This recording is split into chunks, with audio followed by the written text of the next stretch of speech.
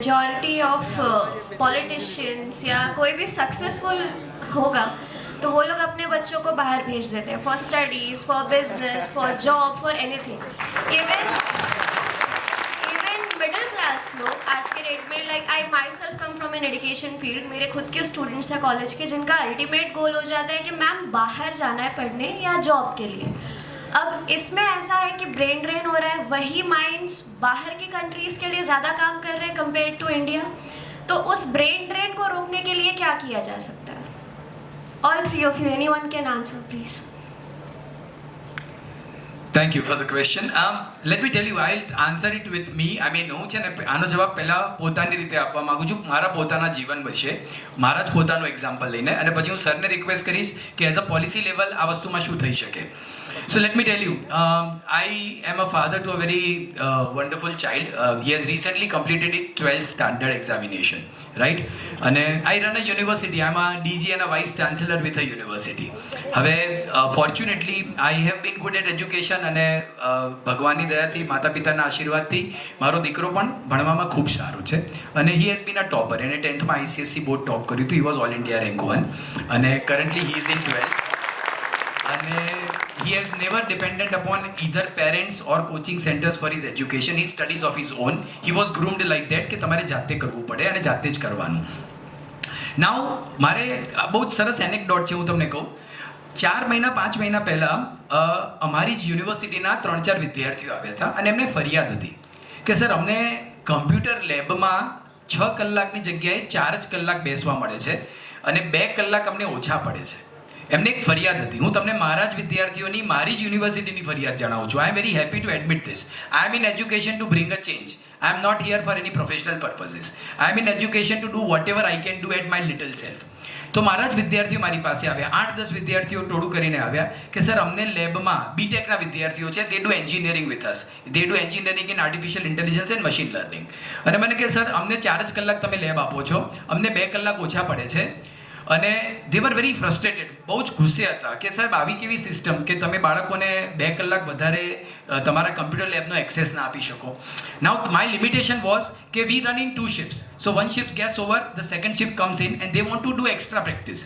So I requested them કે તમે extra practice માટે એવું કરો કે અત્યારે તમે ઘરે જતા રહો, તમારું રૂટીન કામ પૂરું કરો, સાંજે તો ખાલી જ હોય છે, તો આવીને 2 કલાકની જગ્યાએ તમે 5 કલાક બેસો, મને વાંધો નથી.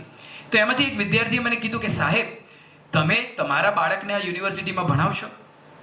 દે આસ્ક્ડ મી ધીસ ક્વેશ્ચન. તમે બરાબર સમજજો, આ જનરેશન છે ને, તમે જેન ઝી એટલી જોરદાર છો અને આઈ લવ યુ. મને તમારાથી સખત પ્રેમ છે, સખત પ્રેમ છે. ફિયરલેસ, એકદમ ફિયરલેસ. જે છે મોઢે પૂછી લેવાનું. તમને છે ને ઇન્સ્ટ્રક્ટ નથી કરી શકાતા, તમને ઇન્સ્પાયર જ કરી શકાય. Right? Am I right? Right. So એણે મને પૂછ્યું કે સાહેબ તમે તમારા બાળકને તમારી યુનિવર્સિટીમાં ભણાવશો? તો મેં એને જવાબ આપ્યો કે ધોરણ 1 થી 10 એ મારો બાળક મારી જ સ્કૂલમાં, જેજી ઇન્ટરનેશનલ સ્કૂલમાં ભણ્યું છે. 11th and 12th મારું બાળક મારી જ એશિયા ઇંગ્લિશ સ્કૂલમાં ભણે છે અને જેજી યુનિવર્સિટીમાં જ એ એનું પોસ્ટ ગ્રેજ્યુએશન કરશે. ઇવન ધો he will study his undergraduation and post graduation with JG University, even though I am sure that he is going to top once again this year.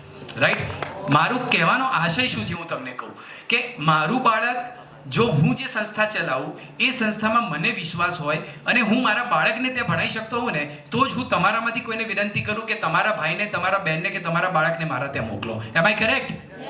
And that is what I am trying to do. So જે આ brain drain થાય છે કે જે બાળકો અહીંયાથી બહાર જાય છે, એ તક અને ઓપોર્ચ્યુનિટીના અભાવે થઈ રહ્યું હતું. તમે થોડોક જો લેટેસ્ટ ડેટા સ્ટડી કરશો ને, તો things have changed. It is a reverse brain drain right now.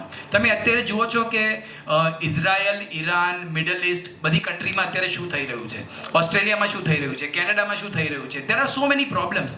Rather than going there, people are trying to come back. Right? Things have change. Why? Because our infrastructure has improved, our orientation has improved, અને slowly અને gradually આ બધા changes આવી રહ્યા છે. I told you before also, education છે ને એમાં રિવોલ્યુશન ના આવે, એમાં ઇવોલ્યુશન આવે. દરેક વસ્તુને એનો સમય લાગે. And we have already started walking on our way. આપણે એવું કહીએ છીએ વિકસિત ભારત માટે કયું વર્ષ બોલીએ છીએ? 2000? જરા જોરથી બોલો. વિકસિત ભારત માટે કયું વર્ષ બોલીએ છીએ? 2047. યસ ઓર નો? તો કેમ આપણે વિકસિત ભારત 2030 નથી બોલતા? But because it is not going to make any sense. It is going to take some time. So overnight આ પ્રશ્નનું સોલ્યુશન આવતું નથી. ચેન્જ આપણાથી શરૂ થશે. તમે તમારા બાળકોને ભવિષ્યમાં તમે તમારા બાળકોને સરકારી સ્કૂલમાં મૂકો, તમે ઇકોસિસ્ટમનો ભાગ બનો. તમે પોતે સરકારી સ્કૂલોમાં જાઓ. તમે શું કરવા સ્ટેટ પ્રાઇવેટ યુનિવર્સિટીમાં ભણવા જાઓ છો? તમે ગુજરાત યુનિવર્સિટીમાં ભણો, ગુજરાત ટેકનોલોજીકલ યુનિવર્સિટીમાં ભણો. એક પ્રાઇવેટ યુનિવર્સિટીનો વાઇસ ચાન્સેલર થઈને હું તમને સામેથી કહું છું આ વાત. તમે લોકો કેમ ચોઇસ કરો છો જુદું? એટલે નિર્ણય તમે લોકો લો છો અને પ્રશ્ન પછી સરકારને પૂછો છો. દરેક વસ્તુ માટે સરકાર જવાબદાર નથી હોતી. આપણે પણ એના ભાગીદાર છીએ. It is all about public private partnership. આપણે પણ આપણી ફરજ સમજવી જોઈએ. આપણે પણ આપણી સિસ્ટમ પર વિશ્વાસ રાખવો જોઈએ અને આપણે બી એક કોન્ટ્રીબ્યુટરી થવું જોઈએ. અને કોન્ટ્રીબ્યુટરી થવા માટે કંઈ 25 વર્ષના કે 65 વર્ષના હોવાની જરૂર નથી. At any age you can become a contributor. If you can add a value, if you can support a person, if you can make somebody smile, you are a contributor. So look at it like this.